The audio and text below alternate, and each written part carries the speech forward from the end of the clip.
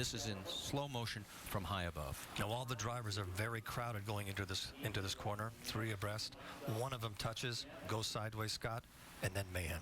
And this is what we talked about before, that these speeds at 220 miles an hour, Eddie, you're going the length of a football field in less than a second, and you don't plan your next move at this speed. As you can now see, the cars starting to go one over each other, and they'll start to get up towards the catch fence, and those are the ones, the catch fences, that do the damage. The safer walls we've improved really helps dissipate the energy when the cars hit, but it's the catch fencing that's above the safer barriers that these cars got up into, and that is what has done the damage. Another angle, and it's the second airborne car in your screen. And as you mentioned, Eddie, cars just going for the same spot, and at this speed it just starts to go sideways. Cars start to climb up and over, and as further cars continue to come into frame, you'll see cars starting to slide through and jump into the air, and now watch towards the catch fence, and the car now goes up. It's airborne, and it gets catapulted, and it gets into the catch fencing with the cockpit area first, which is something that you just cannot be prepared for. And there's nothing you can actually do. There's nothing you can do. The drivers are put into position. There's nothing they can do. Here it's in slow motion, but you can see how it arrives. And the parts are going everywhere, and as a driver, you're trying to miss the large pieces of the cars themselves, and parts are falling out of the sky. You really don't know where to go or what to do, and if you escape this and you get through it, you sort of pinch yourself when you're on the far side of it and said, I made it. And unfortunately, some did not.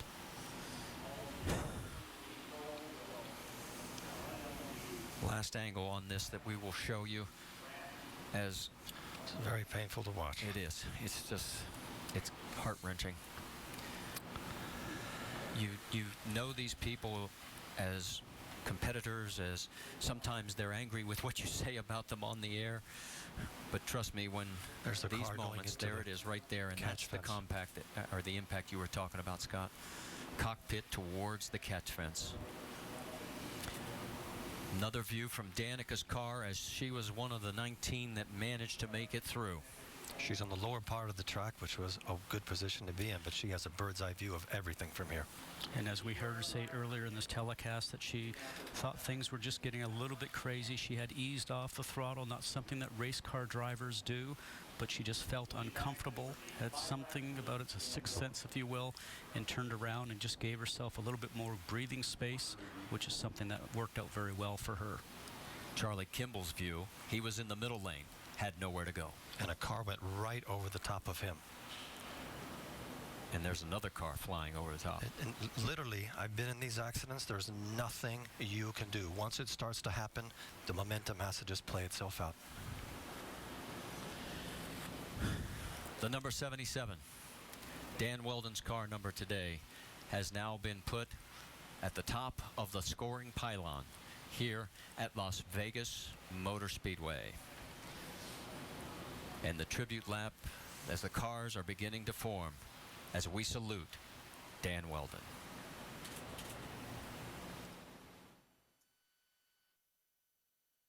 To first is car number 77. Sits atop the scoring pylon, and the 19 cars that are still able to make the laps are going to do a 5-lap tribute in Dan's honor. IndyCar is very sad to announce that Dan Wheldon has passed away from unsurvivable injury. Our thoughts and prayers are with his family today. IndyCar, its drivers and team owners, has decided to end the race. In honor of Dan Wheldon, the drivers have decided to do a 5-lap salute in his honor. It will take place in approximately 10 minutes. Thank you.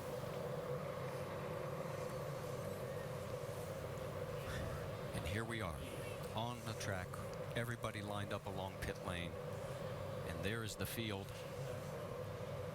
of 19 cars that survived that horrific crash and made it through for the 5-lap salute to Dan Wheldon. When they begin this 5 laps, folks, we're just going to sit back and reflect with you.